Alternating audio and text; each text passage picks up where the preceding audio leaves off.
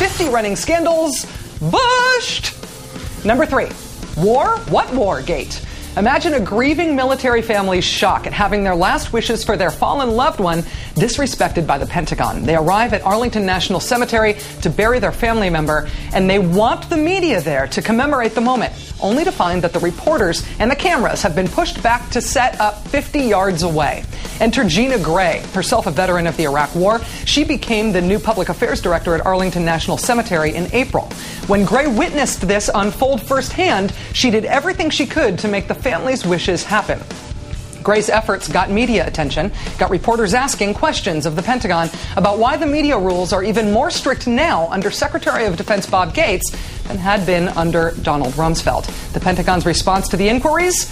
They haven't changed their policies. They fired Gina Gray. Number 2, ignoring the Constitution gate. Today was the day Karl Rove was subpoenaed to testify before the House Judiciary Committee.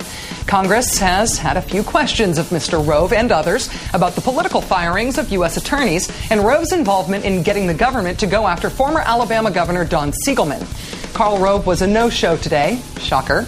You can catch him day after day after day after day on Fox News, but put him under oath and ask him to tell the truth?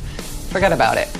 And number 1, FISA-gate. The majority in Congress may have stopped fighting for the Fourth Amendment, but the battle is not over. Today, the ACLU, along with Amnesty International, Human Rights Watch, The Nation magazine, and former New York Times reporter Chris Hedges, filed suit in federal court to block the new foreign intelligence surveillance law. The lawsuit says the law makes legal dragnet surveillance and mass acquisition of phone calls and emails of U.S. citizens. Today, July 10th, 2008, President Bush signed the FISA bill into law in the Rose Garden. As Senator Russ Feingold said to us last night, one of the greatest assaults on the Constitution in the history of our country. The purported justification for this assault on the Constitution is the threat posed by terrorists. Terrorists who, our president tells us, hate us for our freedoms. Freedoms we're now abolishing ourselves, we say, because of the looming terrorist threat.